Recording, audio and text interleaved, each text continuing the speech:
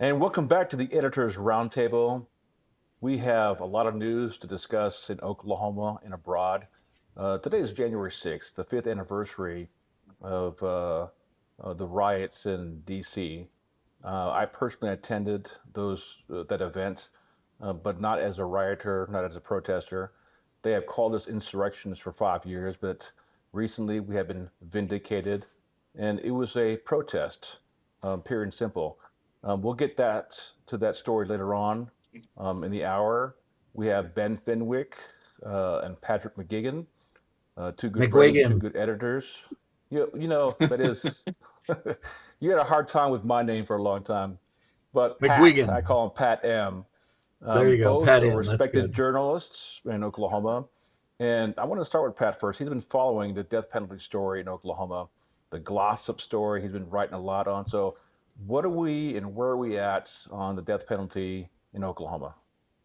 Well, for the next several days at least, beginning today, the pending pardon and parole clemency hearing for Kendrick Simpson will be dominating the news. And I went to the Capitol today, um, which I'm always glad to do. And I am feeling better after my knee surgery. So I was engaged in real life journalism.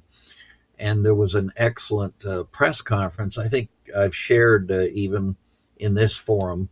I've shared I'm a conservative who's anti-death penalty, and I'm unapologetic about that after a lifetime of being on the other side of that issue. But in any case, I put on my reporter hat and I covered Senator Nikki Nice of Oklahoma City and Senator Mary Boren of Norman. They were kind of the best known names, I guess you could say, at a very useful press briefing in the Capitol press room. The other people involved were Elizabeth Overman, who's the chairman of the Oklahoma Coalition Against the Death Penalty and a professor, well-known professor at the University of Oklahoma, uh, Bernard Allen Bay, who is with the NAACP, and Randy Bauman of the ACLU.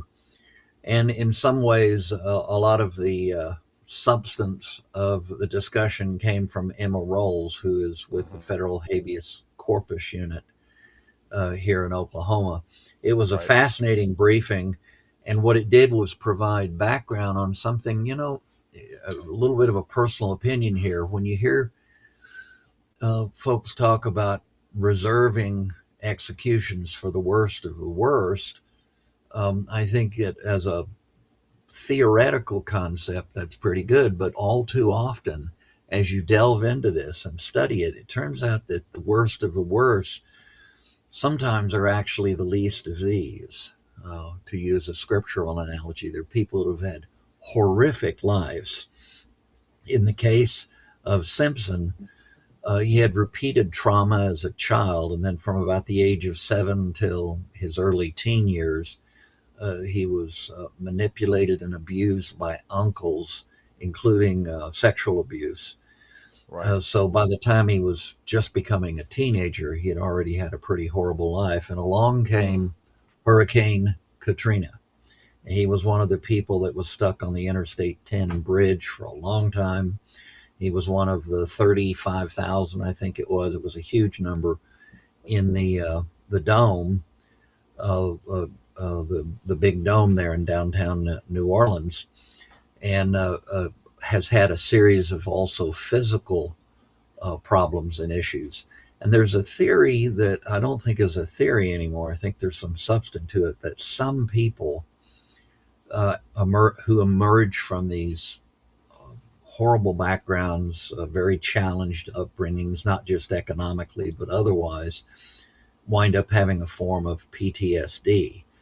And it so happens to be because, as you know, Rashar, from some of my reporting from the nation's capital, that's an issue I'm kind of into, not only for military veterans, but for other Hmm. people who have suffered PTSD type injuries on Right. their brains and their bodies. So this was a very good briefing. And one of the things that came out of it for me was the extent to which probative, that is, legitimate evidence, was withheld from juries.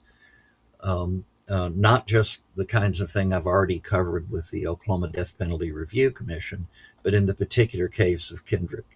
Um, Simpson, who the juries never heard certain strands of evidence about his challenges and his background and about his confrontation with a couple of people here in Oklahoma, which led to these killings. Now, we got a lot of details on that today. I'll be sharing it in follow up stories, wearing both my hats, Capital Beat OKN, City News OKC, and for viewers here on Patriot Sentinel. But the details were pretty scary. One of the things I became more aware of is that under Oklahoma law and constitutional provisions, Right. the juries really should be and are, and it's not surprising under our sort of populist construct to our Constitution, they're supposed to be in the driver's seat in terms of deciding whether or not something rises to the level of capital punishment. But too often, jury instructions issued by judges have basically withheld awareness of that right or prerogative for juries from jurors. And this echoes some of the issues I've seen in other aspects of the criminal justice system. And it's why I'm sometimes accused of being a squish not only on the death penalty, but on criminal justice in general. So this was an excellent briefing.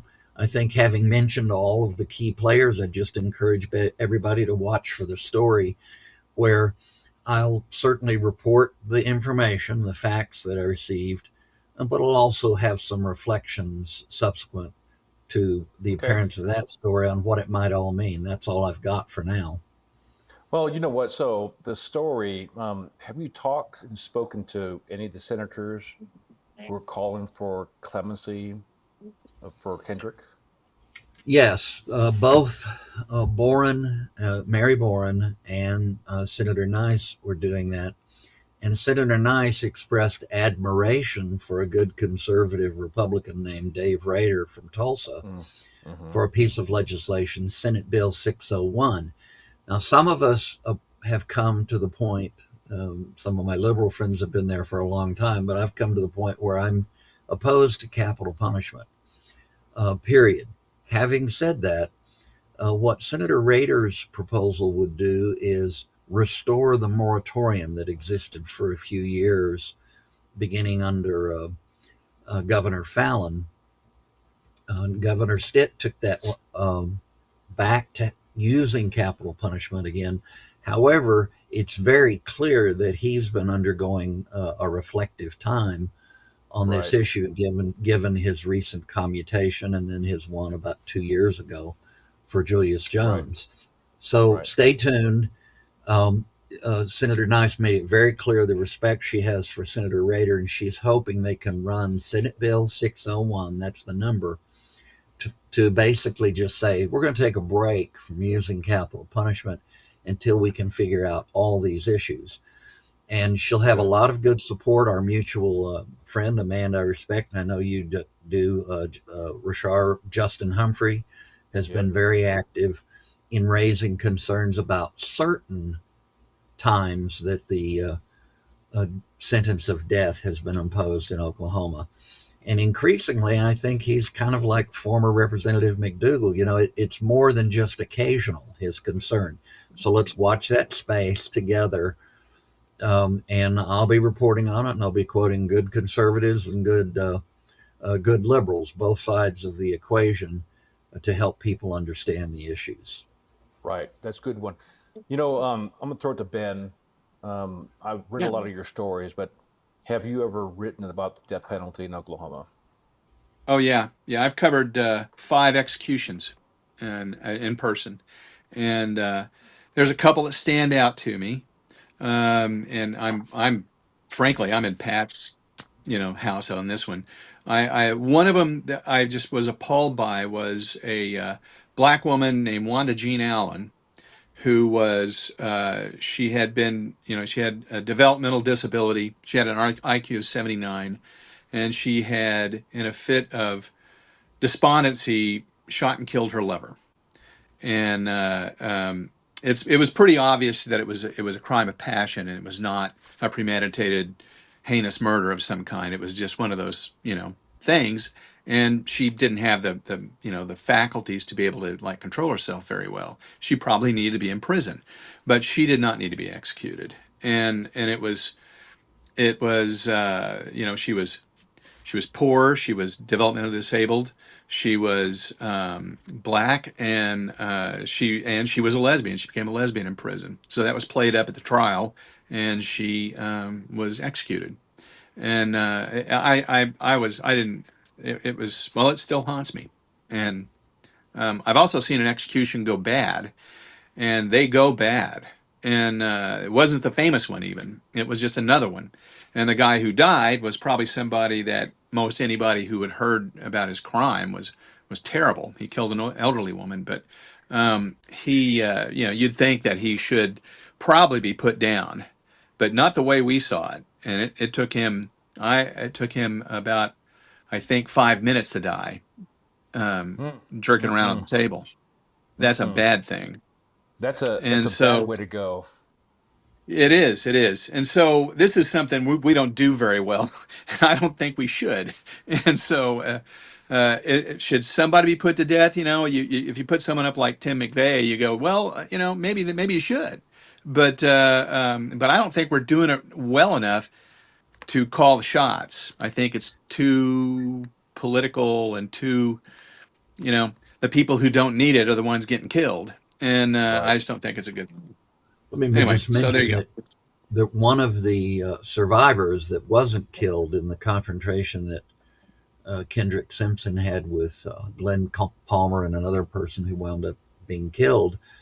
But one of the survivors that night, it echoes the earlier case of Tremaine Wood.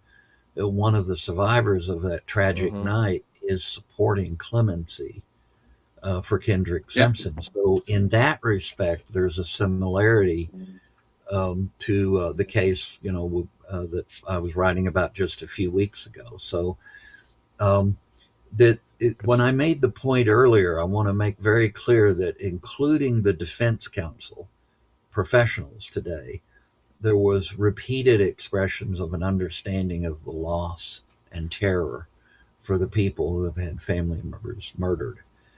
Oh yeah. And that was crystal clear in today's discussion. And it's an aspect of this that I think sometimes gets left out, including by our current state attorney general.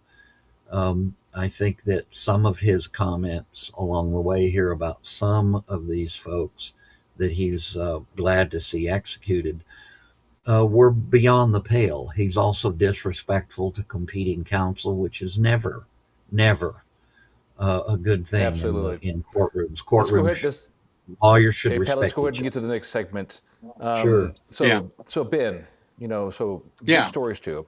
I enjoy reading both your stories, and this one Thank you. here, I read it, and I have, both of you guys, experienced journalists, do write thoughtful essays on life in Oklahoma. And I thought your story on how Oklahoma ranks third for caregiver burden as families struggle with elder care. You think we can do better than where we are now? Or is this it? Where do we go from here? Well, that's a good question. Where do we go from here? So, what happens in Oklahoma is we don't have very many um, facilities or programs, or we don't have resources that most other states have to take care of elderly people and people who are in that are in long term care. They're frail, and there's things like that going on. And and particularly the person that I interviewed about it had just taken care of the family's grandmother and kept her in good health until she was 96 years old. So that's pretty good. But it required, uh, you know, long-term daily vigilance that took a toll, and it takes a toll on these people. So Oklahoma is leaning on family members to take care of their elderly instead of having, normal places to go that they call them adult daycare, but it's basically facilities that can or programs where they can come to the home and take care of the person. Oklahoma's pretty hard to find those kinds of things. And one thing that I think is actually kind of important is there probably needs to be some kind of coordinating agency that can help be a clearinghouse for what resources are out there, because there are many people who would benefit from having resources. The person that I was interviewing about the grandmother said that they didn't know, and in the interview, they said, "I'm smart. I know how to use Google and things like that. I can do that," but could not find the kinds of resources that I was calling people up to interview. The Hmm. uh, aging, what's it called? It's AAA, Aging Agency of in Oklahoma is basically what's called, Area Wide Aging Agency, I believe is what it's Right. Right. called. And so there's little programs that will help with this sort of stuff. Right. But other states, Delaware, Oklahoma has very expensive daycare, very Right. expensive facilities. It's $171 on average a day Hmm. for a person to do this in Oklahoma, whereas in Delaware it's $25 a day. So Delaware's doing something right. They must be subsidizing it somehow. Um, I don't know. I didn't look into Delaware's situation very much. I just knew that was one of the numbers that popped up. And Right. so, Oklahoma. I mean, we have the I guess you want to call it the Oklahoma Standard. We care about our people, and as families, we care about our family members. And Yeah. I've done a little bit of that. My father, got pretty. He made it to 91, but I was not able to be with him in his house because he lived in southeastern Oklahoma and refused to Right. move up here. So there's I mean, there's a lot of that's the rural and urban divide going on too. Right. So that's the kind of stuff we're looking at. So, where did you meet Mimi at? So the grandmother's name, I guess her daughter and everyone refers to her as Mimi. So how long did it Yeah. take you to write the story, to track her down, to track down the resources, and to figure out that Oklahoma is not subsidizing this program like other states are? So are you going to put these resources out for the public to tap Well, into? that's a good question. I mean, I found basically this was a study that was put out by Seniorly, and it's an online news organization about senior living, and talking specifically about healthcare for seniors and that kind of stuff.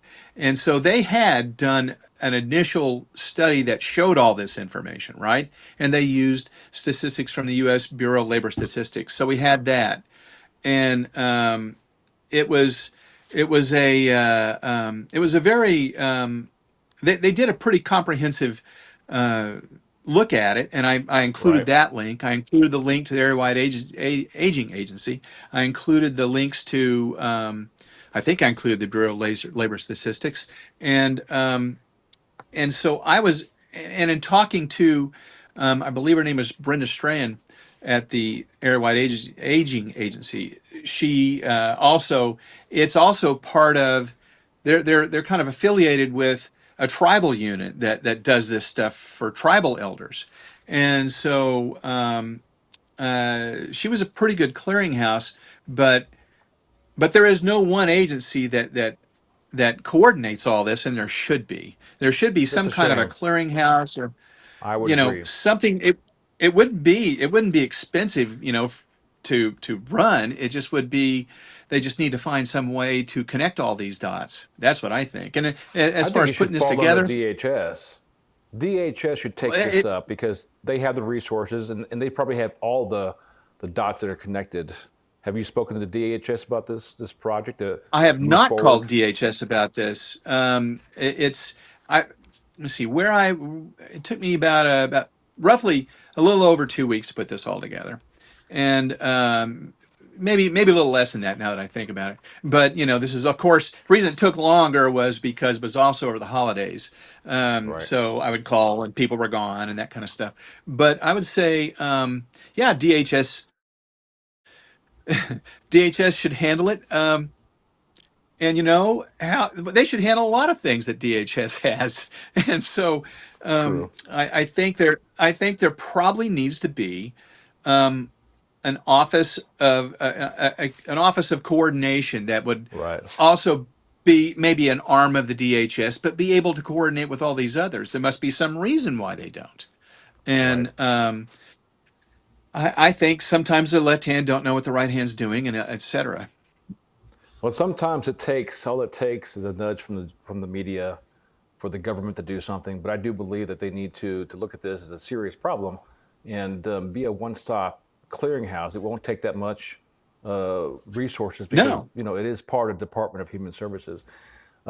Saturday morning, I went to bed late Saturday, about 2 or 3 o'clock, when the United States was bombing Venezuela, only to wake up to news alerts from the White House that they had captured Maduro and his wife, and so that was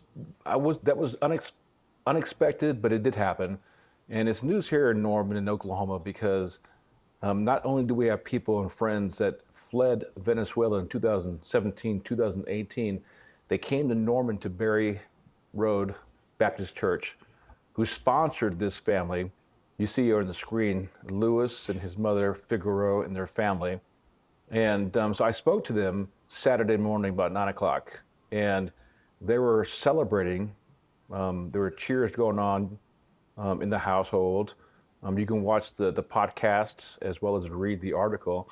And they were telling me stories that before escaping Venezuela, the mother was a professor at a local university.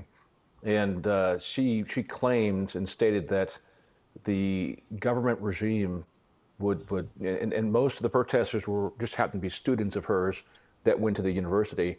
They were beaten in the streets, in her words, tortured. They were captured, sent to prison, come out 3 or 4 days later, maybe months later, beaten up, crippled. And this is Maduro's way of silencing dissent. Now, I know a lot of people on the left, and I don't include neither one of you in that group, complained about this operation, but there is precedent for it. And the Southern Hemisphere, the Western Hemisphere, we have that Monroe Doctrine that we all discussed in school and college. But President Trump used that as the basis for executing this minimum use of force. The Venezuelans in Oklahoma and around the world and around the nation are celebrating what happened on Saturday. But I'm going to ask you, Ben, what do you think about those politicians who are on the left that supported the No Kings protest against Hmm. Donald Trump being a king, but yet on Sunday protested Donald Trump capturing a dictator and wanting him to go free? Well, I think I'm I'm I'm of a couple of minds about it. For one, I mean, we're talking about a whole bunch of people that already saw this kind of thing with that what happened in Iraq. Okay, we invaded Iraq, and it was under some pretty flimsy pretenses. I remember Karl Rove and Dick Cheney saying that he was connected to 9/11 and stuff, and it was not. We know about all this, right? And so they invaded, and then they really botched it up because then they fired everybody who was in the Ba'ath Party, which was most of the army and most of everybody that knew how to run the country. And I mean, even Patton didn't fire all the Nazis because they had to run the country. So, and it Was a caused a big part civil of that war, movie. and it caused at least 250,000 people to get killed, right? So there's precedent on that end too, and I can certainly see their side of it. Do I think it's bad that Maduro was bad? You bet. Do I think he did everything that those people claim he did? Yes. And it makes me feel mad on their behalf that this guy was there. And I think just like we don't miss Saddam Hussein, we're not going to miss Maduro. Am I sorry he's gone? Not a bit. But I would also say that when we start doing when we insert American forces into another country, you're gonna there's it's not going to be as clean as we think. And plus, when you knock a guy like this off, who's going to replace him? What's going to happen then? I mean, it can create a power vacuum. And over in Iraq, Iran supported the Mahdi army over there, a bunch of basically pro-Iranian forces against the ones who were kicked out, which were Sunni, and it was just a very bad thing. It was really bad, and so um, there's a shakedown that happens after a thing like this, and we have not seen the end of it. And so I I'm cautiously optimistic that it's a good thing that we did this. That's where I'm at, and I where think we're they're at. with. Yeah, The only I think go your ahead. feelings. I think your feelings are the same as the majority of Americans. But Pat, I know that we've discussed and you've written, and we both have written a lot on international stuff here. Do you think that Trump is going to stand by his statement that he is not going to take over the country, but help the country get back to where it was and install well, the I rightfully I think that elected president that was duly elected, but never assumed office? yeah, I think that that's his intention. I'm a fan of Miss Mikado, who her close ally, that the elderly professor whose name slips my mind right now, but he pulled off a minor miracle in probably winning that election by about 10%. And here you have unity all the way from the United Nations, which these days I'm not a big fan of, on over to every kind of imaginable Jimmy Carter style election monitoring system. They all agree that the people of Venezuela got ripped off and that the winner of the election was declared the loser. And that was only possible by not counting a lot of votes and then inflating other votes.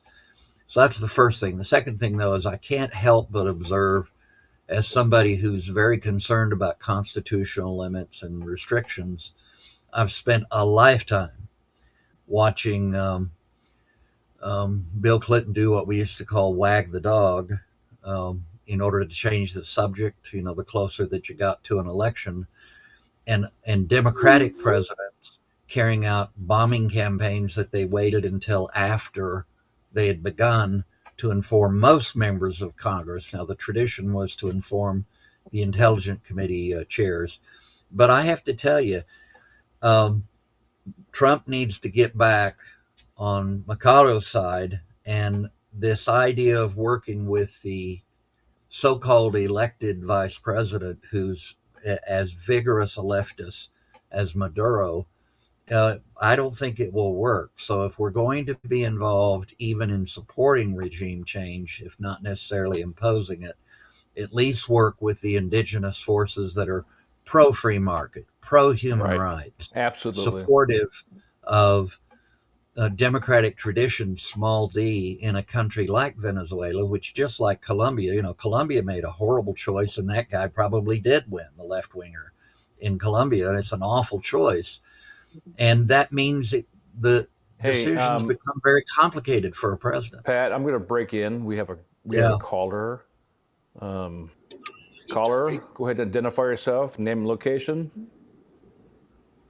Terry Evans, Oregon. Terry, Hello. what's on your mind?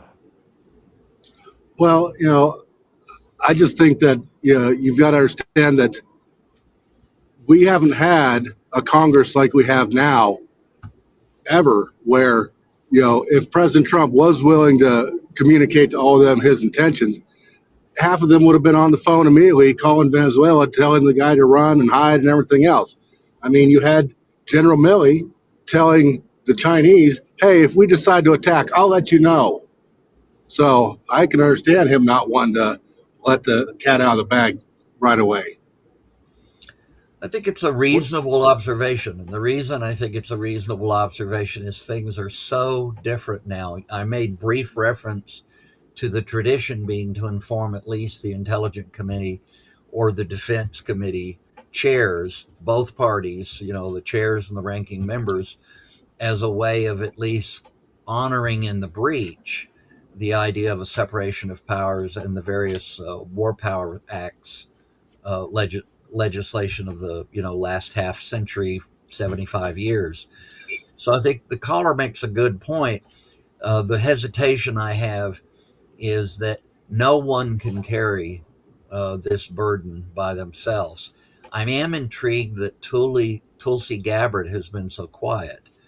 I know she's going to support the president. She's loyal to him, but she hasn't been talking about this a lot. And I'd kind of like to hear some analysis from her as the days go forward. And I hope the president will allow that to happen. Sometimes there's differing points of view, as we saw in Iran, Iraq, and as we saw in some of these other disagreements over the years. But somehow we have to get to an area where there's bipartisanship as much as possible.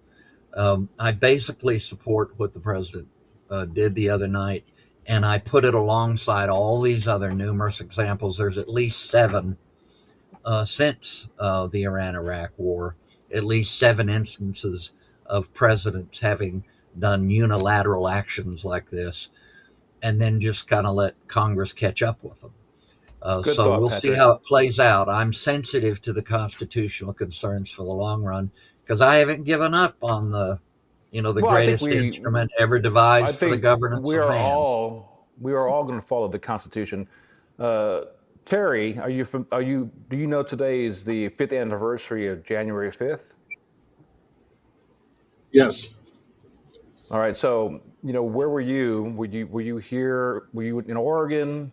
Where were you at? Were you active duty at the time?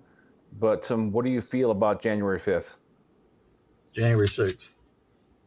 January 6th. So I was So, there on 5th and 6th. uh, well, at the time we were living in Oklahoma, and the retired Army. Yeah, after I'd retired, and so what's happening. Hey, caller, you're breaking up. You're breaking up. All right. Well, look, the last segment, it's a 5-minute segment, and it is about the 5th anniversary, January 6th. And, I have been interviewed up and down every year. KOCO last interviewed me on January 2025 about what happened. And there are mixed feelings. I actually forgot today was January, the 5th anniversary, January 6th. And it's still fresh in my mind, Ben. I don't know if you were writing for the transcript at the time, but everybody knew that I was there, and we'd flown in on January 5th.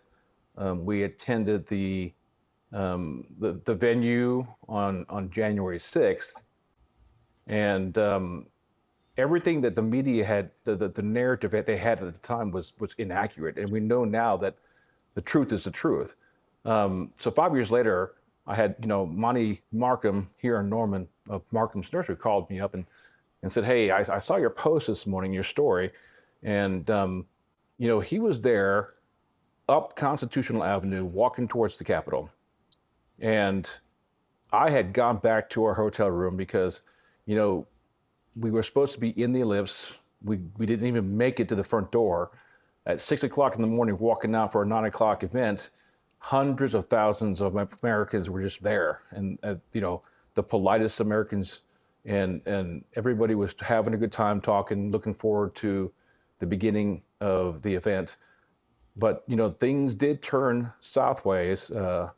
But as we watched it break on the news, on the top floor of our hotel, we can still hear Donald Trump and the crowd still there discussing and talking. And so a lot of folks may not understand then, but we do understand now that things weren't as they seem. So he parted in 1500 J6ers.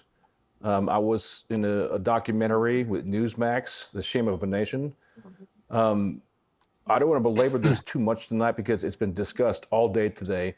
And quite frankly, I'm worn out. But the point of this last segment, and I'll let you guys opine for 30 seconds apiece, is that I was viciously attacked in the news during that time. Ben, I don't know if you were covering the Norman transcript at the time, but when I held my town Wasn't. halls, when I held my town halls, these guys would take a snapshot of my post and send it to me and said, "Here, we just sent this to the FBI, so they know where to arrest you." So you weren't part of the reporting, but what are your thoughts? 30 seconds apiece, starting with Ben, on the January 6th, then and now, and what we know now. And how different is it from the 18 months of the Summer of Love when Antifa and Black Lives Matter burned down America, $1 billion of insurance loss, and about 20 people died? Right. And I want to, people died in those protests. People die at protests if they turn violent. And the one on January 6th clearly turned violent and people died, including a couple of officers, I believe. And so I think it is difficult to keep them peaceful. I think it was really one of the hallmarks of Martin Luther King to make sure that almost all of his protests stayed peaceful. And he constantly harangued everybody to remain peaceful. And in fact, I've been in a march where Jesse Jackson marched. In fact, he was marching for that woman who was eventually executed. And he made a big point of telling them how to remain peaceful no matter what. And so um, it requires vigor for that sort of thing to happen. And if January 6th had remained peaceful, it would be considered a much more of an honorable thing than it turned out to be. And that's kind of what I think. And as far as everybody who was convicted, well, you weren't convicted, were you? You weren't arrested and charged with a crime. The people who are arrested and charged with crimes, they went before juries and judges, and the juries all heard their story, and many of them were found guilty. In fact, how many thousand of them? 1,000, I think, right? A little over 1,000. And so these things were adjudicated, and I think that I don't think the dust is completely settled on what this is going to be, but I would like to talk to you more about it when we have more time. Absolutely. Pat. Yeah, the only thing I'd say is I still am not satisfied, even after a year with Kash Patel, who I do respect as the head of the FBI. I'm still not satisfied with the explanations about the agents provocateur, the people that were implanted to provoke folks and take things up a couple of notches. And the only reason I point to that, not just because of this issue, but because of these things, our cell phones and our ways of communicating with each other these days.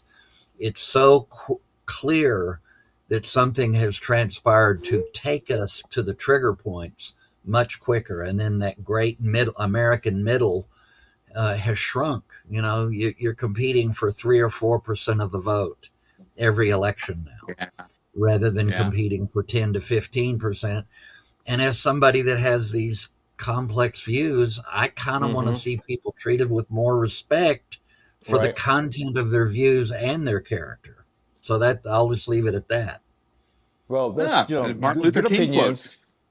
opinions. So this is a subject that we should talk in detail because there's a lot of data we received, and both Nicole and I were invited back to DC to the Conservative Institute, which was Andrew Breitbart's old townhouse in DC, and we sat with Kash Patel, Marjorie Taylor Greene, Congressman Stubbe, a lot of folks to do this documentary. And the things I found out and the things we know now today, um, you know, people are with social media, with X, and with stories that I produce and other stories from other independent journalists. The truth is out there, and Donald Trump put out today on the White House website everything that had to do with January 6th. And if you guys have the time sometime tonight or tomorrow, go check out my post, click on the link, and see for yourself. As journalists, we have to stay, I don't want to say detached from things here, but There are things that are important because they happen to us or they happen to people that we do know. And, I do know that a funny thing, I got a call from one of Monty's brothers who called me and said the FBI spent like 3 hours with him at the office and they're probably on your way to your place. And of course, that never happened because, you know, I just, they had a dragnet around DC starting on the north side of Constitutional Avenue. And it was called geofencing. And he happened to walk one way and I walked the other way. And this could have ended up terribly different if I had walked with him in the same way. But the point is that when everything is released on January 6th, and I hope Pam Bondi releases everything, I think the White House put a good narrative out there. I think all Americans, whether you're left, right, center, it doesn't matter, should read it and make your own decision. But this bears a different conversation for a different time with more time. I want to thank both you, Pat, and Ben, for showing up this week. Thank you. For the Editors Roundtable. What I want this to be every week is to discuss the stories that we have written and the stories we are working on, and to have it in one place so people can listen to it. And when this podcast becomes more prevalent, we'll have links and it's all automatic and newsletters and so forth here. And that's one thing that we are working on, is to make it that way, so we can grow the viewership. Because the whole purpose of this and being a journalist is that this is just the beginning of a joke, a parody where you got a Republican, you got a Democrat, and you have an independent getting on a podcast together, discussing things, okay? And this is important, where we still respect each other. And I want people to know, and I want the political class who may be watching this on the rerun, that we can have conversations and disagree with points, but we should never stop the conversations, because that only stifles what we could be as a society. Now, I think we all agree that we all want the same thing, but we have different ways to get there. And that's okay. But what's not okay is not talking to each other. So I like and respect you, gentlemen, and I appreciate you, and we'll see you next week. Back at you. Okay. Thank you. Bye, guys.